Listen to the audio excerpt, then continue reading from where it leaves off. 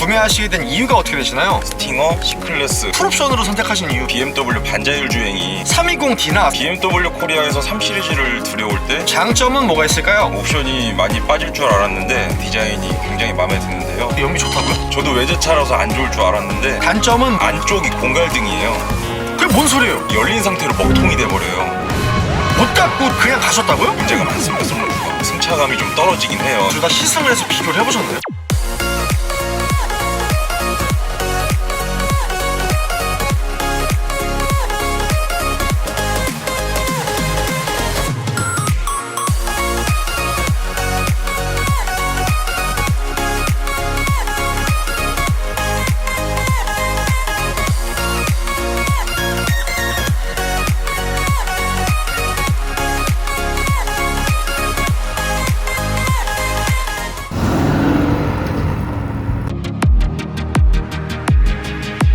형님들 안녕하세요, 한기사입니다. 치열한 D세그먼트 시장에서 최강자, 교과서, 왕의 귀환이라는 극찬이 끊이지 않는 차량인 바로 7세대 BMW 320i입니다. 혁신적인 디자인과 풍부한 장점을 바탕으로 G바디 BMW 320i 구매를 고민하시는 분들이 굉장히 많으실 텐데요. 그래서 BMW 320i 차주분을 만나러 서울시에 도착했습니다. 가볍게 자기소개 한번 부탁드릴게요. 안녕하십니까. 저는 서울 사는 30살 BMW 320i M 스포츠 패키지 차주입니다. 이 차량의 소개 좀 부탁드릴게요. 이 차는 2021년 2월식 BMW G바디 3시리즈 320i M 스포츠 패키지 차량으로 옵션은 이노베이션 패키지랑 프리미엄 패키지 모두 들어가 있는 차량입니다. 이 차량 신차로 구매하신 건가요? 예, 이 차는 신차로 구매했습니다. 구매는 언제 하신 건가요? 구매는 2021년 2월 초에 계약을 해서 2주 정도 뒤에 출고를 받았습니다. 구매 가격은 어떻게 되나요? 프로모션 할인 850만원 받아가지고 이것저것 부대 비용 합치면 5천만원 중반 좀 안되게 준 것 같습니다. 현재 총 주행거리는 어떻게 되나요? 약 67,300km 정도 주행하고 있습니다. 그 전에 타시던 차는 어떤 차 타셨나요? 17년식 소렌토 2.0 오블레 스트림을 신차로 출고해서 타고 다녔었고요. 회사차로 19년식 DM8 소나타 주로 운용했었고, 그리고 집에 가족차로 스파크 1.0 같이 운용 중입니다.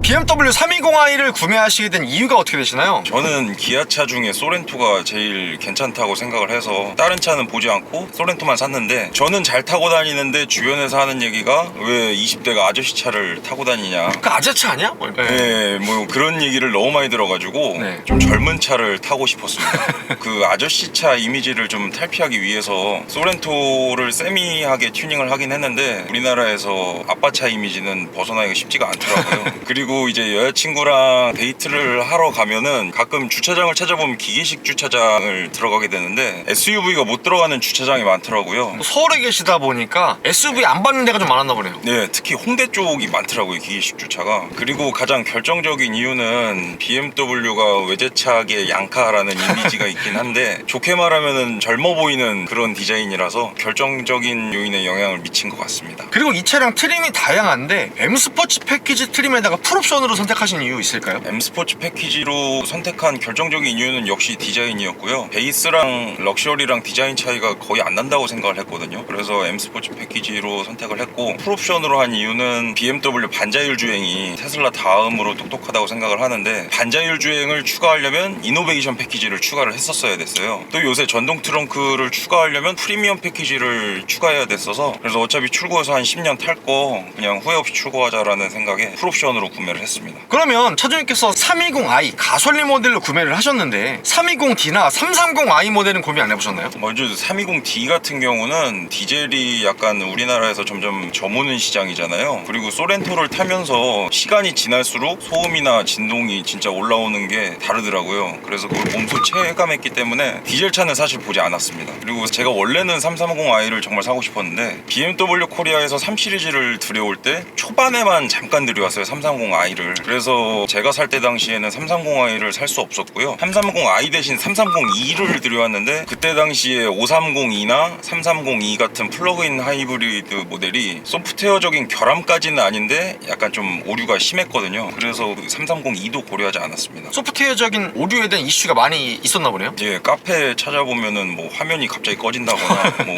그런 일이 많았어가지고요. 네. 그래서 남은 거 이제 340i랑 320i 남았는데, 340i는 320 320이 한 가격적으로 1.5배? 그래서 좀 부담이 돼가지고 320i를 구매하게 됐습니다. BMW 320i와 동시에 구매를 고민했던 차량이 어떤 게 있을까요? 우리가 흔히 생각하는 젊은 차 라인업이라고 하면은 G70이랑 스팅어, C클래스, 3시리즈 이렇게 4대 정도가 생각이 나잖아요. 거의 뭐 묶음 선물 세트예요. 예. 네. 그런데 이제 저는 20대 때 외제차를 좀 타보고 싶어서 G70이나 스팅어는 사실 고려를 하지 않았고요. C클래스랑 3시리즈랑 많이 고민을 했는데 C클래스 같은 경우에는 아무래도 디자인이 점잖다고 해야 되나? 디자인적으로는 그렇게 크게 꿀리지 않았습니다. 그리고 인터넷에서 벤츠는 S클래스를 제일 잘 만들고 BMW는 3시리즈를 제일 잘 만든다라는 우스갯소리를 들어가지고 그래서 3시리즈를 구매하게 됐습니다.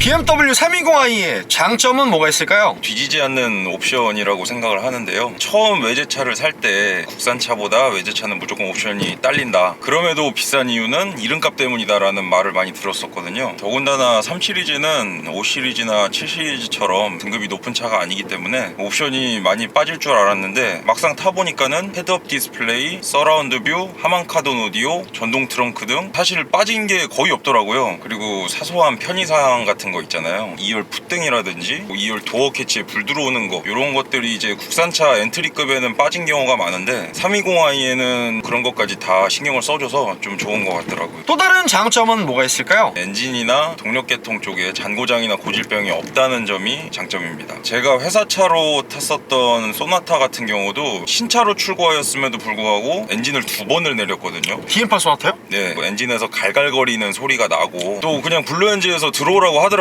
그래서 들어갔더니 엔진을 내린다고 뭐 이런 얘기를 해가지고 그렇게 고장이 좀 있었고, 또 이건 뉴스에도 나왔는데 DM8 소나타 순찰차들 스탑앤고 이후에 다시 시동이 안 걸려서 출동하는데 좀 지장이 있다는 그런 뉴스를 봤거든요. 그렇게 소나타가 초기에는 문제가 좀 많았습니다. 그리고 제가 첫 차로 탔던 소렌토 같은 경우도 엔진 오일 증가, 그게 좀 유명하죠. 그거는 지나가는 6살 꼬마도 알아요. 그렇게 엔진에 좀 고질적인 병이 있는 차들이 많은데 이 G바디 3시리즈 같은 경우는 제가 카페를 보나 동호회를 보나 아직 그런 고질병 때문에 주기적으로 센터를 왔다 갔다 했다 이런 분은 아직 보지 못했습니다. 그래서 인터넷에서 BMW에서 제일 잘 만드는 차는 3시리즈다라는 말이 그게 진짜 맞는 말인 것 같더라고요. 또 다른 장점은 이 차량 외장 디자인이 굉장히 마음에 드는데요. 지금 BMW 디자인의 방향성이 어떻게 되는지는 모르겠는데 콧구멍이라고 불리는 그릴 있잖아요. 네. 그릴을 너무 세로로 과도하게 늘려놔서 진짜 뉴트리아 닮은 그런 디자인을 저는 개인적으로 좀 별로라고 생각을 하거든요.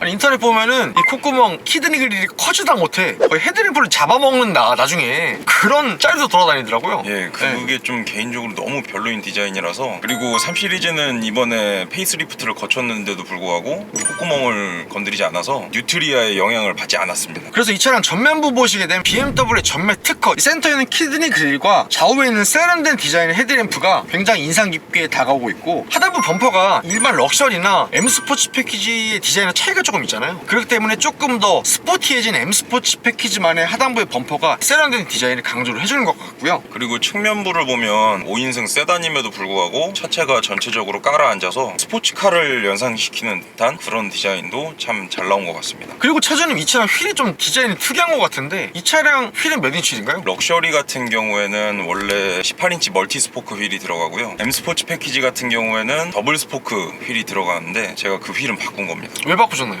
독일 차가 분진이 좀 많이 나오다 보니까 휠이 세차를 잘 안 하면 갈색이 되거든요. 그래서 그거 보기 싫어서 그냥 휠을 바꿔버렸습니다. 그리고 후면부 보시게 되면 스포티한 디자인의 테일램프와 더불어서 이 블랙 베젤 음영 들어간 포인트도 굉장히 좀 세련된 디자인을 더해주는 것 같아요. 또 후미등 같은 경우도 3시리즈가 차가 작잖아요. 근데 이제 후미등이 길게 늘어져 있어서 약간 좀 옆으로 넓어 보이는 듯한 그런 느낌을 주거든요. 뒤에서 볼 때는 그렇게 작은 차 같지가 않습니다. 그리고 하단부의 범퍼의 디자인 또한 럭셔리 트림 대비해가지고 M 스포츠 패키지가 되면서 더욱더 스포티한 디자인으로 변경된 것도 포인트인 것 같고요. 그리고 차주님, 하단부에는 저거 머플러 팁도 바꾸신 건가요? 듀얼 머플러 팁으로 바꿨고 스포일러도 약간 카본 느낌 나게 바꿨습니다. 또 다른 장점은 뭐가 있을까요? 주행의 재미라고 생각을 하는데요. 일단 3시리즈가 차체가 조그매서 핸들이나 이런 거를 돌리면은 확확 돌아가거든요. 그리고 전체적으로 깔아앉아 있어가지고 차체가 엄청 낮아요. 그렇게 해서 주행할 때 바로바로 핸들 돌리는 대로 진짜 잘 나가고 잘 서는 그런 주행 재미가 있습니다. 그래서 이 차량 G바디 3 시리즈로 오게 되면서 E바디 시절의 스포츠성을 좀 물려받았다. 그래서 BMW가 자랑하는 스포츠 세단의 모습으로 좀 돌아왔다, 회귀했다, 완귀했다라는 평가가 좀 어울릴 만큼 이 차량의 운전 재미가 더욱더 증가됐다는 평가도 많더라고요. 그리고 실내 디자인도 마음에 드는데요. 요즘 차들 경향이 점점 화면을 늘려가면서 물리적인 버튼을 없애고 있는 추세인데, 저는 운전할 때 물리적인 버튼을 그냥 편하게 누르는 게 더 안전하고 좀 좋다고 생각을 하거든요. LCI 이후 모델은 물리적인 버튼을 많이 없앴어요. 실내가 싹 바뀌었죠. 예, 근데 이제 21년식 3 시리즈 같은 경우는 직관적인 버튼 배열이나 구성이 참 마음에 듭니다. 그리고 계기판의 경우 BMW G바디 모델들은 그래픽이 다 똑같거든요. 아니 그럼 잠깐만요. 7 시리즈랑 3 시리즈랑 계기판 LCI 전 모델들은 다 똑같아요? 예, 똑같습니다. 요 가운데 자동차 모양만 다르고 네. 다 똑같습니다. 그렇기 때문에 3 시리즈를 타고 있어도 뭐 7 시리즈를 타고 있는 듯한 예, 그런 느낌이 드는 것 같아서 좋은 것 같습니다. 그래서 12.3인치의 풀 디지털 계기판의 시인성도 굉장히 뛰어난 것 같고요. 그리고 10.25인치의 이 내비게이션 시인성도 굉장히 뛰어나고요. 그리고 파란색이 기본으로 세팅되어 있는 6가지 색상이 적용된 앰비언트 라이트도 굉장히 은은하고, 그리고 럭셔리 트림과 M 스포츠 패키지의 또 하나의 실내의 차이가 핸들도 디자인이 좀 다르잖아요. 그래서 이 차는 M 스포츠 패키지이기 때문에 조금 더 스포티한 느낌의 핸들도 인상이 깊고, 그리고 시트도 조금 다른데요. M 스포츠 패키지 같은 경우는 그 당시에 무조건 알칸타라 시트가 들어갔습니다. 근데 럭셔리는 가죽 시트가 들어갔었어요. 그리고 천장이 럭셔리 같은 경우는 회색 느낌인데 M 스포츠 패키지는 다 검정색입니다. 또 다른 장점은 이 차가 이제 연비가 좋다는 겁니다. 아니 이 차는 누가 봐도 연비 안 좋을 것 같은데 연비 좋다고요? 저도 외제차라서 안 좋을 줄 알았는데 고속도로 항속 주행하면은 15km는 그냥 나오고요. 좀 발 컨트롤을 잘한다 싶으면은 17km, 18km는 나옵니다. 그리고 일반 도로 같은 경우에는 10km, 11km 정도는 그냥 나오는데 정체가 심하면은 뭐 9km까지 떨어지긴 합니다만은 10km, 11km도 좀 잘 나온다고 생각을 하거든요. 그러면 차주님의 평소에 운전 스타일은 어떤 편이세요? 티맵 점수 때문에 정속 주행을 주로 하는 편입니다.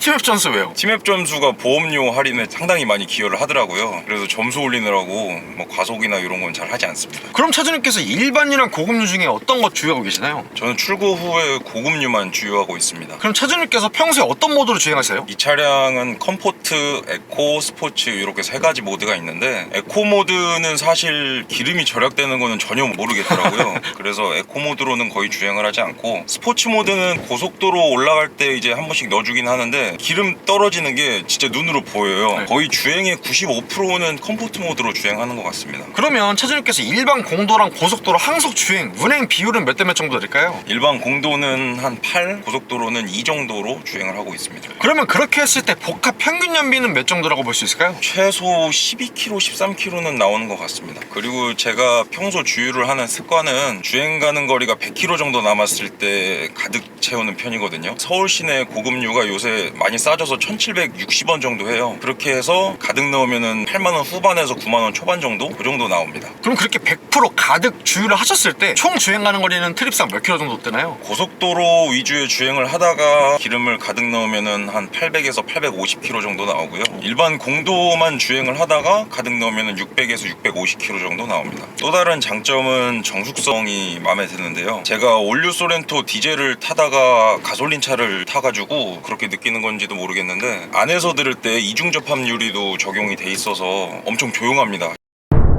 BMW 320i의 단점은 뭐가 있을까요? 헤드라이트를 얘기를 할 수가 있겠는데요. BMW 하면은 레이저 라이트가 굉장히 유명하잖아요. 뭐 거의 전매 특허죠. 예, 근데 이 320i 등급에서 초반에는 레이저 라이트를 선택할 수가 있었어요, 옵션으로. 근데 제가 살 때에는 옵션으로조차 선택할 수가 없는 그런 상황이 됐습니다. 잠깐 깨작 팔다가 그 후에는 아예 선택조차 불가능해요? 예, 레이저 라이트가 네. 생각보다 단가가 비싸대요. 네. 그래서 320i 등급에는 잘 안 넣어주는 것 같더라고요. 340i에만 넣어주는 건가요? 예, 340i에만 들어가는 걸로 알고 있습니다. 그래서 레이저 라이트를 안 넣어주고 어댑티브 LED를 무조건 넣어주는데, 이 어댑티브 LED 문제가 눈알은 2개가 있는데 안쪽이 공갈등이에요.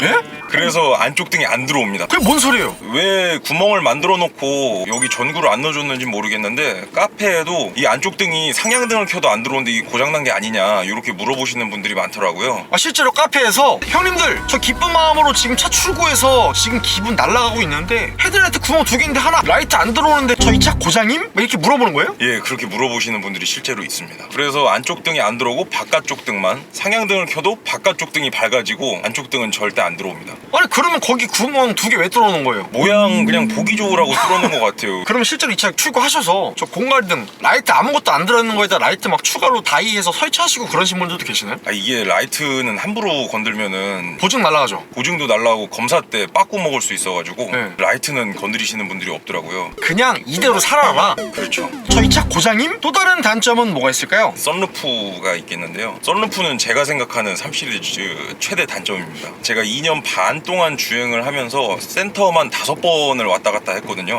썬루프 때문에요? 예, 이게 일단은 문제가 썬루프는 소렌토 타면서 구리수도 주기적으로 발라줘야 되고 관리를 많이 해야 되는 부분이라 저는 출고하면서 좀 빼고 싶었는데 무조건 장착해야 되더라고요. 이게 뭐 옵션으로 뺄 수도 없습니다. 썬루프를 안 넣고 싶어도 무조건 그냥 꾸역꾸역 들어가 있는 거예요? 예, 네. 대한민국에서 정상으로 출고된 3 시리즈는 다 달려 있습니다. 그런데 이제 문제점이 썬루프에서 차라리 잡소리가 나거나 그러면은 그냥 음악을 크게 틀거나 제가 좀 둔한 편이어서 그냥 다닐 것 같은데 잡소리는 안 나는데 이게 열린 상태로 먹통이 돼버려요.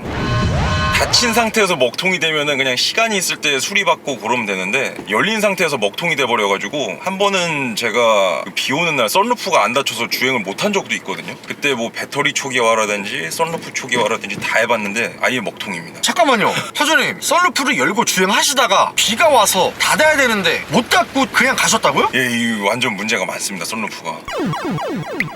그래서 센터를 가는데 센터도 미아 강북 서비스 센터 같이 작은 데는 안 받아줘요. 성수동이나 동대문처럼 큰 데를 가야 됩니다. 가셨나요 그래서? 그래서 동대문을 저는 주로 가는데 이게 가면은 진단한답시고 1박 2일 차를 잡아둬요. 그럼 1박 2일 동안 차를 맡겨놓고 진단이 끝나면 또 수리한답시고 1박 2일 차를 또 맡겨놔요.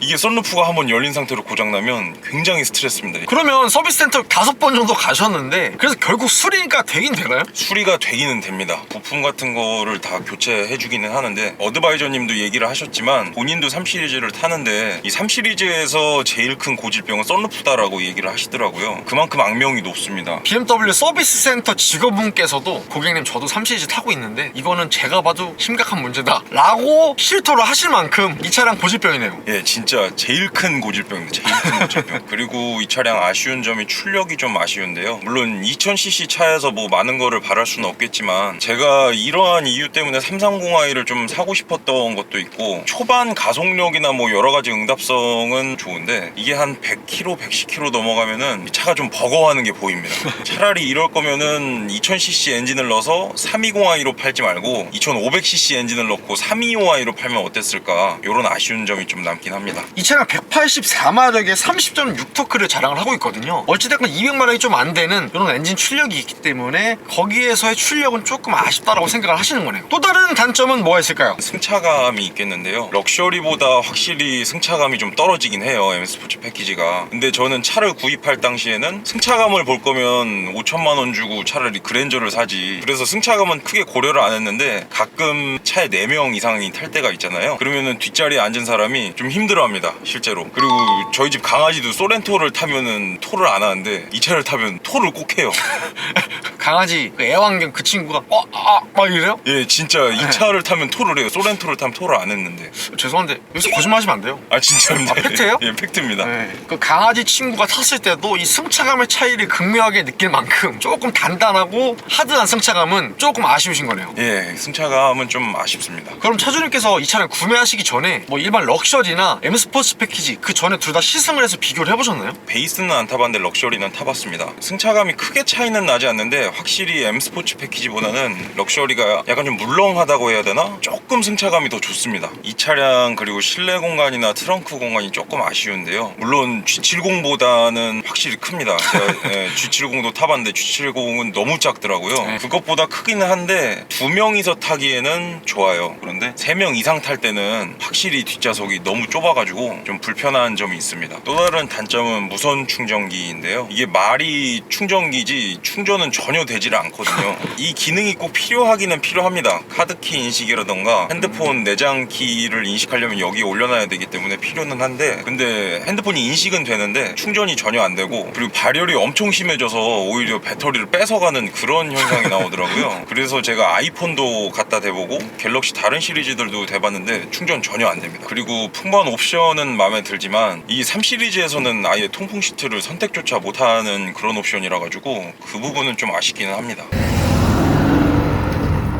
BMW 320i의 한 달 유지비는 어떻게 되나요? 보험료 같은 경우는 제가 만 29세 기준이고, 그리고 17년도부터 무사고입니다. 그랬을 때 자차 포함 딱 100만원 냈습니다. 그리고 자동차세 같은 경우는 작년에 연납으로 해서 45만원 정도 됐습니다. 그리고 제가 주유를 하는 습관이 주행 가는 거리가 100km 언저리 남았을 때 항상 가득 주유를 하거든요. 그렇게 했을 때 이제 서울 시내 고급유가 지금 많이 싸졌어요. 1760원 기준으로 한 8만원 후반에서 9만원 정도? 이 정도 나옵니다. 그렇게 가득 주유를 했을 때 고속 위주의 주행을 하다가 주유를 하면은 한 850에서 800km 정도, 그리고 일반 도로 주행하다가 기름을 넣으면은 600에서 650km 정도, 이 정도 나옵니다. 그래서 제가 한 달에 한 2100km 정도 타는데 유류비가 한 30만원 후반에서 40만원 초반 정도 나옵니다. 그리고 타이어는 한국 타이어 벤투스 S2 AS로 갈았는데, 요거를 하나 아셔야 될 게 럭셔리랑 M 스포츠 패키지가 또 다른 점이, M 스포츠 패키지는 앞뒤 사이즈가 다릅니다. 럭셔리는 둘 다 똑같나요, 앞뒤가? 예, 똑같습니다. 그래서 뒤 타이어가 좀 더 넓기 때문에 더 비싸거든요. 그래서 한 75만원 정도 준 것 같습니다. 그리고 엔진 오일은 제가 사설에서 한번, BSI에서 한번 이렇게 약 8,000km마다 갈아주고 있는데요. BSI는 당연히 비용이 없고 사설에서 갈 때는 한 10만원 중반 정도? 요 정도 드는 것 같습니다. 그렇게 번갈아 가면서 엔진 오일 교체해 주시는 이유 있나요? BMW BSI가 그 엔진 오일 교환 주기를 너무 길게 잡아놨어요. 2만 킬로에 한 번? 뭐 이렇게 잡아놨거든요. 저는 엔진 오일은 사실 자주 갈면 갈수록 좋다고 생각을 하는 사람이라 2만 킬로는 좀 늦고, 그래서 8천 킬로에 한 번씩 그렇게 갈아주고 있습니다. 그리고 아직 보증기간이라 수리비는 따로 든 게 없는데요. 원래 기본 보증은 지금 끝났습니다. 근데 이제 290만원 주고 보증 연장을 했거든요. 그때 썬루프를 고치게 되면 견적서를 같이 줘요. 지금까지 썬루프에만 한 300만원 넘게 쓴 것 같습니다. BMW 320i를 구매하신 걸 후회하시진 않나요? 사실 330i를 구매하지 못한 것에 대한 아쉬움은 좀 있는데요. 그렇다고 320i를 구매해서 후회한 적은 없습니다. 마지막으로 하고 싶으신 말씀 있으실까요? 제가 한 기사님 영상 중에 부산에서 320i 투어링 타시는 분, 그분 영상을 봤는데, 그분이 하시는 말씀이 옵션이 같은 차가 하나도 없다.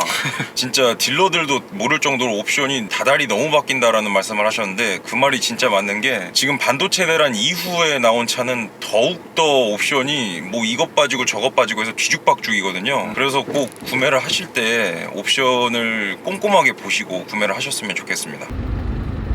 구독과 좋아요 살포시 부탁드리고요. 그리고 제가 차주 인터뷰 촬영을 위해 전국 방방곡곡 가고 있으니 아래에 있는 메일 주소로 출연 신청 부탁드리고요. 형님들 오늘도 좋은 하루 되세요.